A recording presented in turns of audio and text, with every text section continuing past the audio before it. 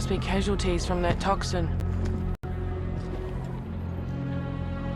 But why wouldn't... Sniper! Oh, well, no need to rush things. I've got nowhere else to be. And you've got nowhere left to run. After back-to-back Modern Warfare games, Black Ops has followed the new COD trend by releasing the 6 and 7 entries in 2024 and 2025. Many would call it COD fatigue, repetitive, just because the number has changed and not the name. But overall, it's every year's Call of Duty with the same love-hate reception. However, Treyarch is on track to repeat history with Black Ops 7, which reminds me of another fair Black Ops entry from 10 years ago. Dare I ask? An EN-12, experimental EMP. Wide radius, extremely wide radius, and unauthorized for the mission for Mach. Because you trying to get us all killed again?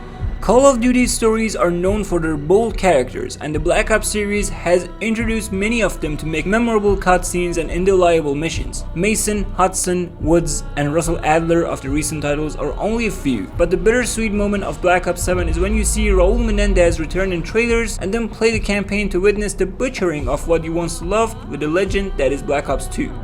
Fuck you! Maybe only the intro cutscene does the job to keep players on high profile for an immersive story, but once you're in the first mission, you know how it's all gonna end. Characters like Mason, Woods, and Mike Harper are dragged into something that's just more than a mind-bending narrative. It's too much. And to make things worse, there is not much meat to the bone outside the mind play scenarios. Some of the character animations make me want to leave David Mason to oblivion after playing this. David, Woods is dead. We're going after Woods. End of discussion. After Woods. End of discussion.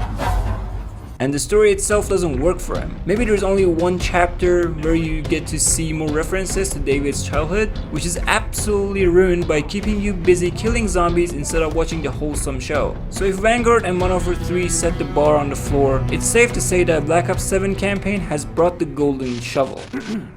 You will forgive me if I do not drop everything to do the bidding of a gigantic floating head. Speak for yourself. We do this all the damn time. I know another Call of Duty game that had one of the worst campaigns of all time, and it's still the best-selling game in the whole franchise.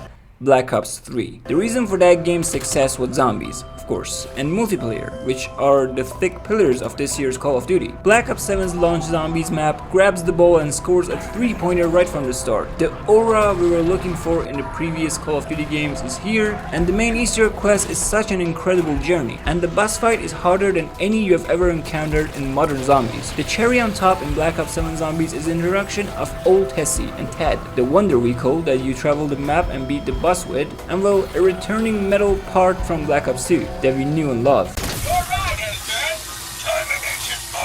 Speaking of characters, Black Ops 7 Zombies mode is one giant step to the right direction by separating the story from the campaign so that the developer team can go all out on maps and the narrative. Also, in terms of content, Black Ops 7 Zombies is probably the most packed version of the mode you've ever seen in years. You finish the main quest, I mean if you can, and then you're free to up this challenge by playing Curse Mode, a slice of the OG Zombies gameplay where you start with a pistol and search for relics. That itself keeps you busy for weeks, and then you can play Dead Ops Arcade 4. Survival maps, and the next DLC maps to track the good tale.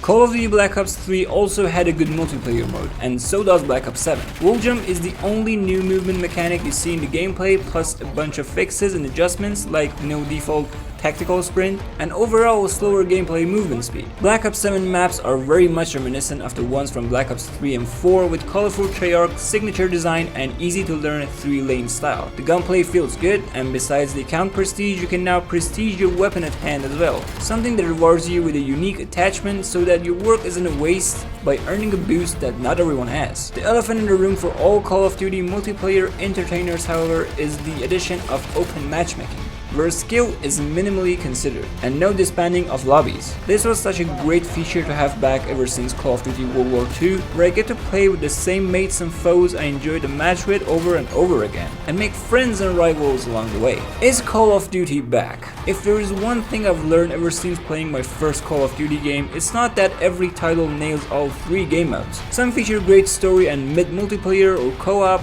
while others have less entertaining campaign and solid multiplayer and zombies modes. Black Ops 7 indeed falls into the second category, but it leaves a lasting scar on the legacy of the Black Ops stories. And for that reason, we're giving Call of Duty Black Ops 7 a 7 out of 10. For more gaming content, make sure you follow us here on the Nerdstash YouTube channel and the nerdstash.com.